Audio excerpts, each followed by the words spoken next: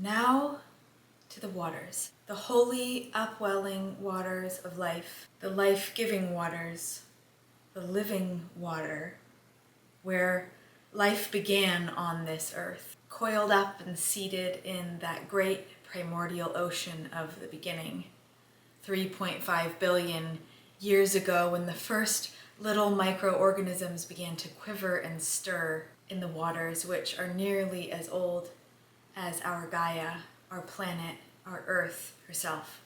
All of the water on this earth has never left. It has cycled endlessly through stone and tree and cloud and down into seas and rivers and streams and through the bodies of all beings for millions and millions and millions of years, renewed and recleansed and renewed and recleansed and returned in this great spiral to the mineral depths of the earth, and then upwelling in springs and sources and fonts once more. So when you touch water, you touch the history of life. Touch water and you touch ancestors, and you touch the living consciousness of this holy earth.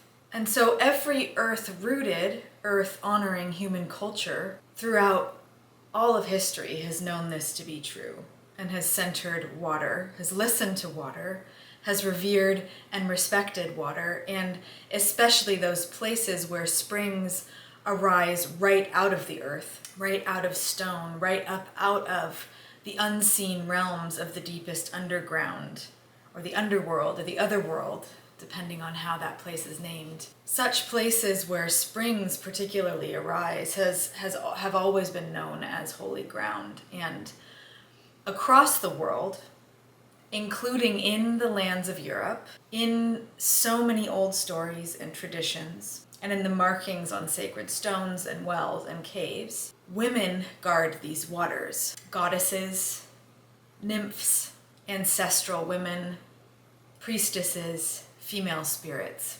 And we see this all over the world. And we also see this very, very strongly, very beautifully, and very powerfully in the heritage of the lands of Europe.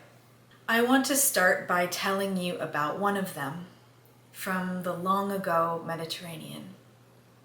So once there was a woman born of a mother line whose task it had always been to guard the waters of a sacred spring on an island in the middle of the great wine-dark sea.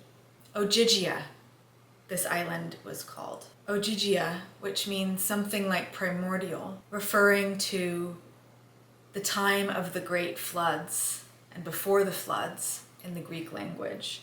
The long ago flooding, which maybe refers to as long ago as the time of the sea levels rising with the melting of the ice caps at the end of the Ice Age. On Ogygia, it is said that the waters of this spring rose up from one source and flowed out into 4 streams. And those streams wove through this meadow, and they formed a pool. And that this woman, this daughter of this mother line, of these long ago mothers, would sit by those waters and receive visions, oracles, and healing knowledge for those who came to visit her. This was how it had always been, as long as anybody could remember, until the one called Odysseus came, or perhaps was sent, as his story goes, by his gods by shipwreck as punishment to her shore. So yes, this is Calypso. I'm telling you Calypso's story with my slant. Calypso, the sea nymph,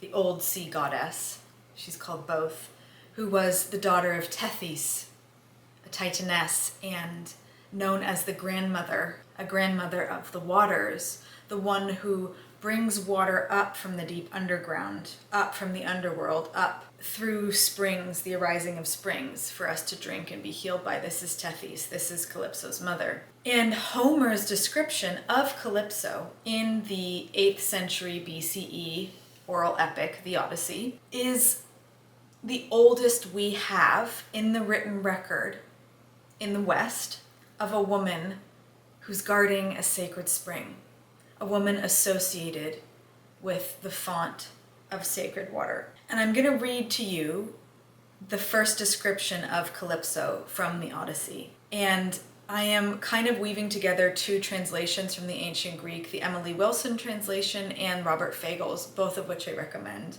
And I've kind of pieced them, different lines based on which ones I felt like evoked the poetic nature of the passage the best.